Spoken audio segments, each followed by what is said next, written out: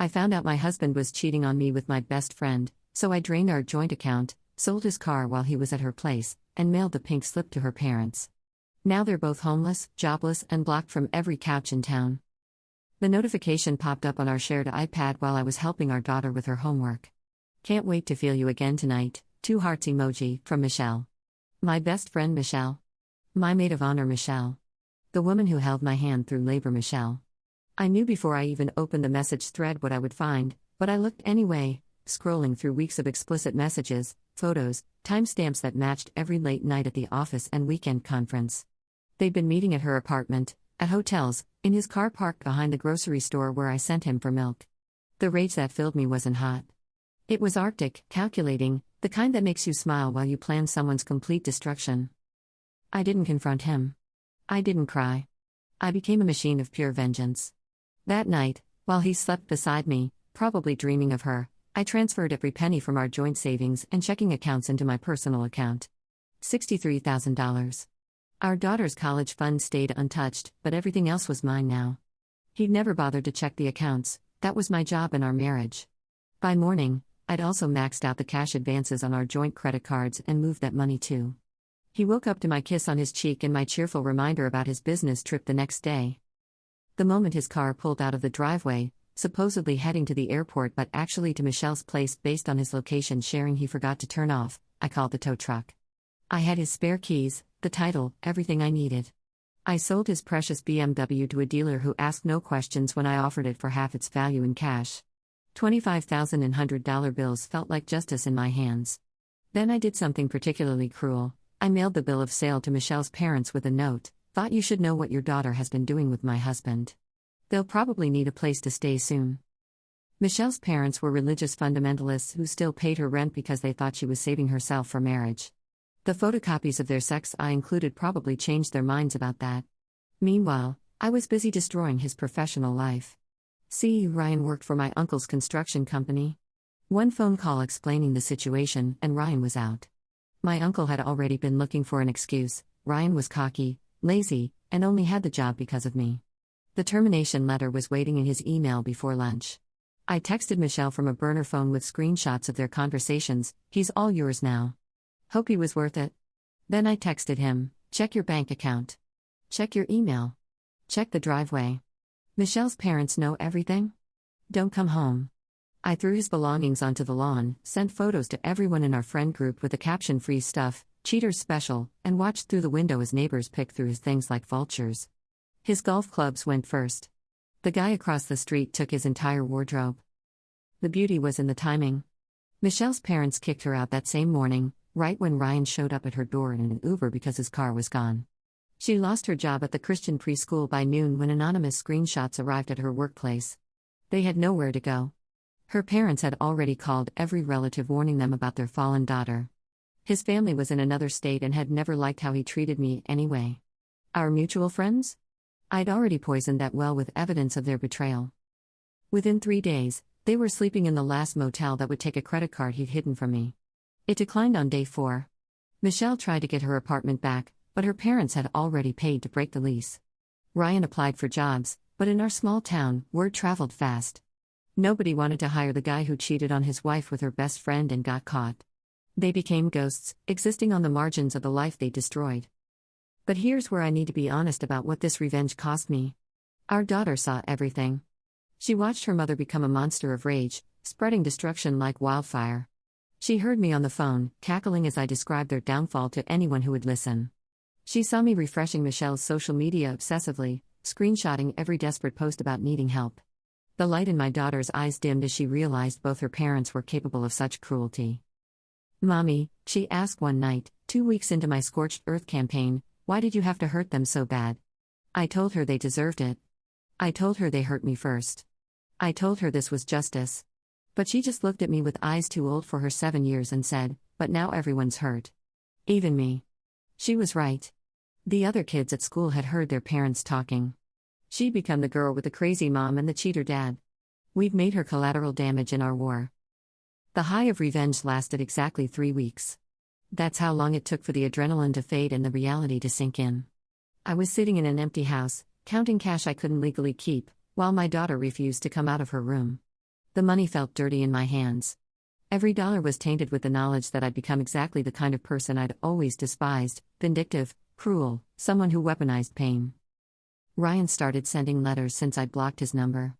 Not apologies, not at first, but threats. He was going to sue me for theft. He was going to fight for custody. He was going to expose every secret I'd ever told him.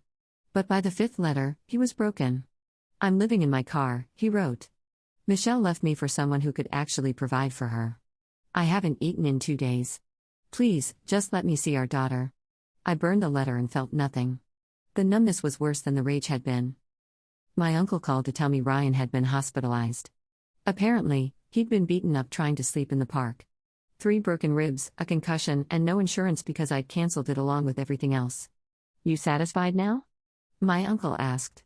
"The boy's destroyed. Michelle's turning tricks according to the rumors. This what you wanted?" It wasn't, but I couldn't admit that. I'd gone too far to show weakness now. The legal consequences started rolling in. Ryan's lawyer, some public defender he'd managed to get, filed charges for theft and destruction of property. Turns out, draining joint accounts and selling his car without his consent was actually illegal, regardless of my name being on everything. My lawyer, who cost $500 an hour that I was paying with stolen money, told me I'd probably have to pay restitution. "You had the moral high ground," she said, "and you threw it away for revenge." Our divorce proceedings became a circus. The judge was horrified by both of us. Ryan for his infidelity, me for my response. But infidelity isn't illegal, theft is. I was ordered to return the money from the accounts and pay him half the value of the car I'd sold. The cash advances I'd taken out? Those were considered marital debt. We'd both be paying those off for years. The judge's words still echo: "You've both acted like children, and an actual child is suffering for it." My daughter started therapy, but she wouldn't talk about feelings. She'd just draw pictures: houses on fire, families separated by black scribbles, herself tiny and alone in the corner. The therapist said she was processing trauma that would affect her ability to trust for the rest of her life. "Children learn how to love from their parents," she told me. What has she learned from this? The friends who'd initially supported me started pulling away. The story was too ugly, too raw. Nobody wanted to be associated with the woman who'd gone nuclear. Mothers whispered at school pickup. Playdates dried up. We became social pariahs, not because of what Ryan did, but because of how I'd responded. "You could have just divorced him," one former friend said. "You didn't have to destroy him." I started stalking Michelle online from fake accounts. She'd moved 3 towns over, was working at a gas station, living with 4 roommates in a rundown apartment. Her posts went from defiant to desperate to nothing. Her last update was selling her grandmother's jewelry for rent money. I screenshotted it, saved it, looked at it whenever I felt weak. This was my handiwork. I'd done this. Ryan eventually got a job at a warehouse, night shift, minimum wage. He lived in a studio apartment on the bad side of town. He'd aged 10 years and 3 months. When we crossed paths at the grocery store, he looked through me like I was a ghost. Maybe I was. I'd killed a version of myself that could feel compassion, that could forgive, that could model grace for my daughter. The house felt like a mausoleum. Every room held memories of the family we'd been, the future we'd planned. I'd won the house in the divorce, but it was a hollow victory. The mortgage was crushing without Ryan's income, and I couldn't sell it for what we owed. I was trapped in a prison of my own making, surrounded by the ghosts of better times. My daughter asked to live with my mother. "Just for a while," she said, but we both knew she meant forever. She couldn't stand being in the house where her mother had planned such elaborate destruction. The day she left, rolling her little suitcase to my mother's car, she turned back and said, "I wish you just cried instead." My mother wouldn't look at me. She'd raised me better than this, and we both knew it. It's been a year now. I live alone in a house I can't afford, working 2 jobs to pay for lawyers and debt and the mortgage on a home that feels like a tomb. My daughter visits every other weekend, but she's formal with me, polite like you'd be with a dangerous stranger. She calls my mother Mom sometimes, catches herself, but the damage is done. I gave up my right to that title when I chose revenge over her well-being. Ryan killed himself 3 months ago. The note he left was brief: "I'm sorry for everything. Tell our daughter I loved her." He'd been living in his car again after losing the warehouse job for missing too many shifts. Nobody had known how bad it had gotten. Or maybe nobody cared anymore. We'd made ourselves untouchable in our mutual destruction. The funeral was small. His family blamed me. They weren't wrong. Michelle disappeared completely. The last anyone heard, she'd headed west, maybe California, maybe just away. Her parents told everyone she was dead to them. They moved churches to escape the shame. The ripples of destruction spread to everyone who'd ever loved either of them. Michelle's sister won't speak to her parents for disowning her. Ryan's brother fell into depression and drinking. The collapse of 3 lives created a dozen more casualties. I kept the screenshots. All of them. Evidence of their betrayal, of my revenge, of the complete annihilation that followed. Sometimes I scroll through them at night, trying to find the moment I could have stopped, could have chosen differently. But the truth is, I didn't want to stop. I wanted to hurt them more than I wanted to heal. I wanted them to suffer more than I wanted my daughter to have peace. The house is going into foreclosure next month.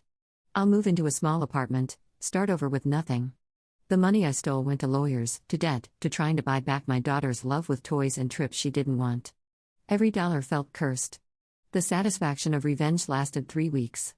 The consequences will last forever. My daughter wrote me a letter for my birthday. Mom, it said, I understand why you were angry. But I don't understand why you chose to be cruel. Dad did a bad thing. But you became a bad person. I love you, but I don't like who you are. Maybe someday you'll be someone I can trust again. But not today. She's 8 years old and already knows that love isn't enough when trust is gone. I see Ryan sometimes in my dreams. Not the Ryan who cheated, but the Ryan from our wedding day, young and hopeful and promising to love me forever. He asks me why I couldn't just let him go, why I had to destroy everything we'd built, even the good memories. I never have an answer. The rage is gone now, replaced by a hollow understanding that I became the villain in my own story. There's a special kind of loneliness reserved for people who've torched every bridge. It's not just being alone, it's knowing you lit the matches yourself. Every relationship feels fragile now because people know what I'm capable of when hurt. They keep their distance, share carefully, never quite trust. I've become a cautionary tale whispered at wine nights. Did you hear what happened with Ryan and Michelle? But honestly, what she did after was worse. I work, I sleep, I exist. There's no rebuilding from this kind of destruction. You can't unpoison a well. You can't unburn a bridge. You can't unbreak a child's heart. The revenge fantasies I'd had, where Ryan and Michelle suffered while I rose triumphant. They never included the part where my daughter looked at me with disappointment, where Ryan's mother sobbed at his funeral, where I became someone I couldn't recognize in the mirror. The last time I saw Michelle's mother, she was buying groceries. She looked through me like I didn't exist. But as she passed, she whispered, "You destroyed my family too." She was right. In my quest to punish 2 people, I detonated a bomb that left shrapnel in everyone who'd ever loved any of us. The waitress at the diner where Ryan and I used to take our daughter for pancakes every Sunday cried when she heard he died. His barber closed shop for a week. Michelle's grandmother died without reconciling with her. The destruction was absolute. People ask if I regret it. Of course I do. But not in the way they think. I don't regret leaving Ryan. I don't even regret exposing their affair. I regret becoming someone my daughter can't respect. I regret choosing nuclear war over strategic retreat. I regret that in trying to destroy them, I destroyed everything, including myself. Tomorrow I'll pack the last box, hand over the keys to the bank, and drive to an empty apartment where no memories live. I'll probably work until I'm too tired to think, then lie awake anyway, wondering if Michelle's still alive, if Ryan would have lived if I'd just divorced him quietly, if my daughter will ever call me mommy again without it sounding like an obligation. The worst part? There's no redemption arc here. No lesson that makes it worth it. Just the brutal truth that hurt people, and sometimes that hurt destroys everything it touches. I won.